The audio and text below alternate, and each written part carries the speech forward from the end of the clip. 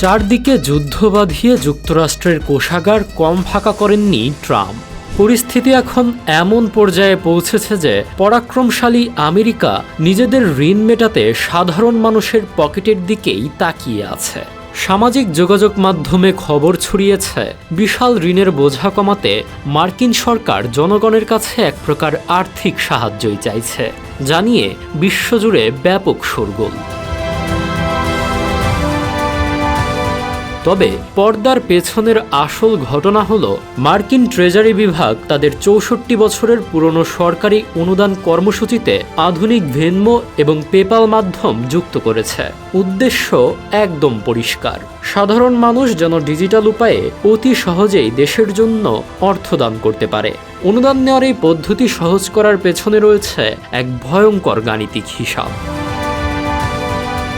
বর্তমানে যুক্তরাষ্ট্রের ঘাড়ে চেপে আছে প্রায় $৩৯ ট্রিলিয়ন পাহাড় সমজাতীয় ঋণ।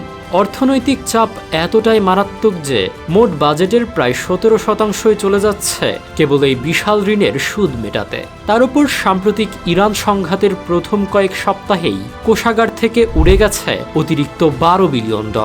মূলত আকাশচুম্বী এই ঋণের ধাক্কা সামলাতেই অনুদান গ্রহণের এই আধুনিক প্রক্রিয়া চালু করা হয়েছে।